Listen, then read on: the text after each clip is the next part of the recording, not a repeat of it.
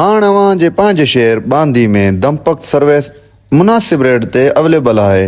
सिर्फ़ ऐं सिर्फ़ अल रहमान रेस्टोरेंट बांदी ते अचण न विसारींदा। न मारजो मूंखे धार जो न मारजो। हाँ